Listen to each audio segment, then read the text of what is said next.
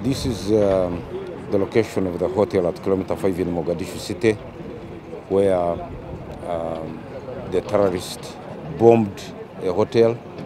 And as you can see, the destruction around. So many people have died. We have not yet established the number of the people that have died. And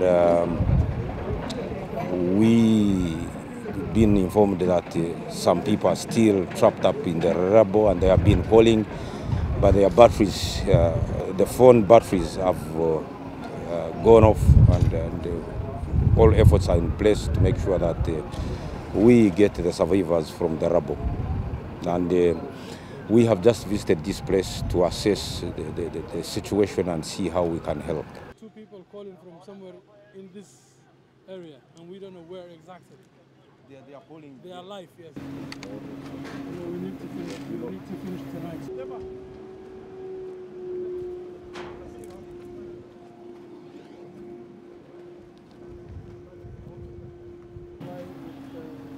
Generators will be fine.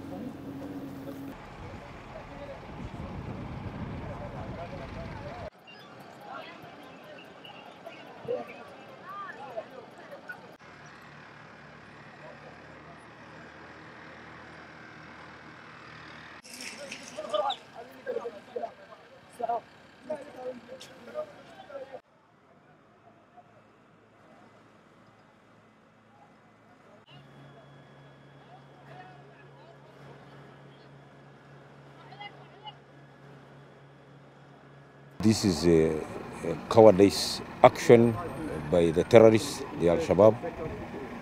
This is to coerce the civilian population into, fearing them and, supporting them. But it's a cowardice act, and we shall defeat all this.